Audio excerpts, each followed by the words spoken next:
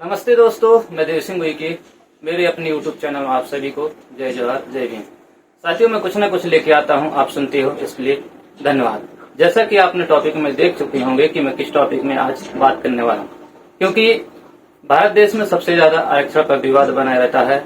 जिस कम्युनिटी के लोगों को आरक्षण मिलता है उन लोगों का कहना होता है कि आरक्षण अभी जारी रहना चाहिए, लेकिन जो जनरल कम्युनिटी के लोगों को आरक्षण नहीं मिलता है उन लोगों का कहना होता है कि आरक्षण खत्म हो जाना चाहिए, क्योंकि आज 76 साल देश आजाद होने के बाद भी आज भी आरक्षण लागू है, ऐसा लोगों का मानना होता है। साथियों, आज हम इस वीडियो के माध्यम से समझने वाले हैं कि आरक्षण क्या है, आरक्षण क्यों दिया जाता है और आरक्षण कब से प्रारंभ हुआ, आरक्षण किस किस को कितना प्रतिशत दिया जाता है, यह हम समझने की कोशिश करेंगे। साथियों, वीडियो को शुरू से लेकर अंत तक जरूर देखना ताकि आप ये वीडियो का सारांश समझ में आएगा। यदि वीडियो को आप स्क्रिप्ट कर करके देखोगे या उसको बीच में ही छोड़ के चले जाओगे तो आप वीडियो को समझ में नहीं आएगा। चलिए चलते हैं अपने टॉपिक पर। हमारा हमेशा मन में ये सवाल होता है कि आरक्षण क्या है, आरक्षण क्यों दिया जाता है। साथियों, हम समझने के प्रयास करेंगे। आरक्षण कोई गरीबी उन्मूलन का विषय नहीं है और न ही आरक्षण गरीब को अमीर बनाता है। आरक्षण सदियों से चली आ रही सामाजिक असमानता तथा इस ऐतिहासिक भेदभाव के कारण जो वंचित समुदाय के लोग हैं, एसटी हो, एससी हो, ओबीसी है, महिलाएं हैं या विकलांग समुदाय के लोग हैं, उनको समानता अवसर में लाने के लिए आरक्षण दिया जाता है। आरक्षण शिक्षा के साथ साथ सरकारी नौकरी में हिस्सेदारी सुनिश्चित कर पिछड़े वर्ग को आर्थिक रूप उत्थान करने के साथ साथ शासन प्रशासन में प्रतिनिधित्व बढ़ाने के लिए आरक्षण का एक संवैधानिक साधन है। कई हजारों साल पहले जातिगत भेदभाव के कारण जो लोग मुख्य धारा में नहीं पहुंच पाए, उनको मुख्य धारा में लाने के लिए विशेष अवसर देकर आरक्षण दिया जाता है।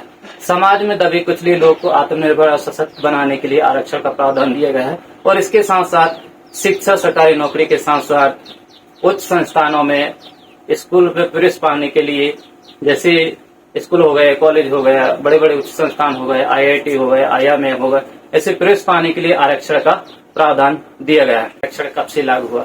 साथियों, स्वतंत्र होने के पूर्व भी 1882 में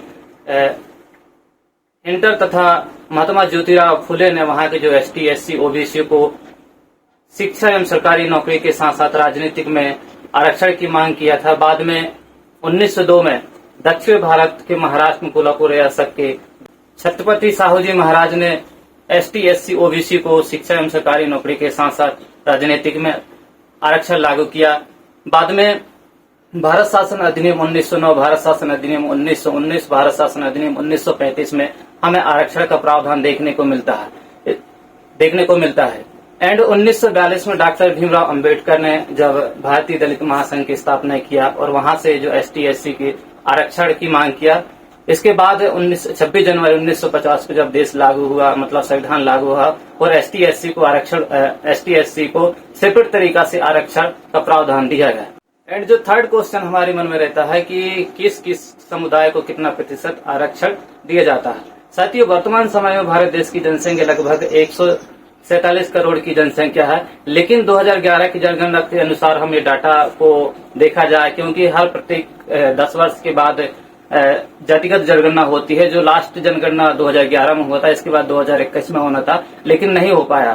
तो हम 2011 की जनगणना के अनुसार हमें देखा जाए कि जो SC की जनसंख्या है वो 16% और जो ST की जनसंख्या है 8.6% और OBC की जनसंख्या है जो अदर बैकवर्ड क्लास हो, मंडल कमीशन आयोग की सिफारिश के अनुसार उसके 52% जनसंख्या है।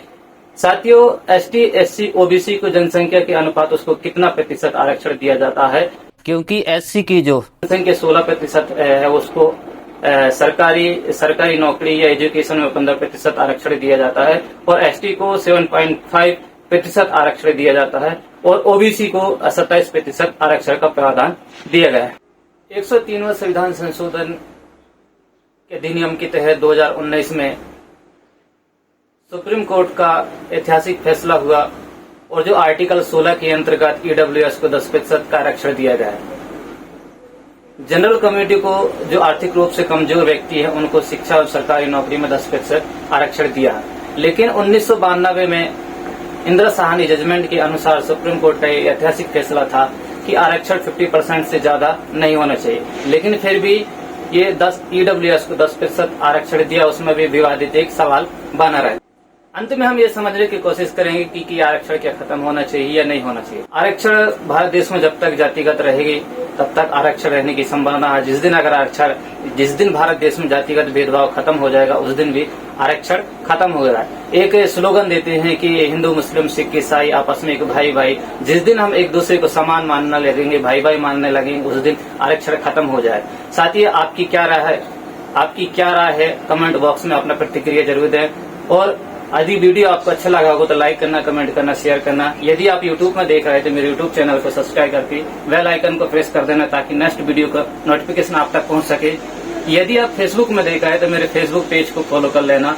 मिलते हैं अगले टॉपिक, अगले वीडियो के साथ। जय जवाहर, जय मूल्यवासी।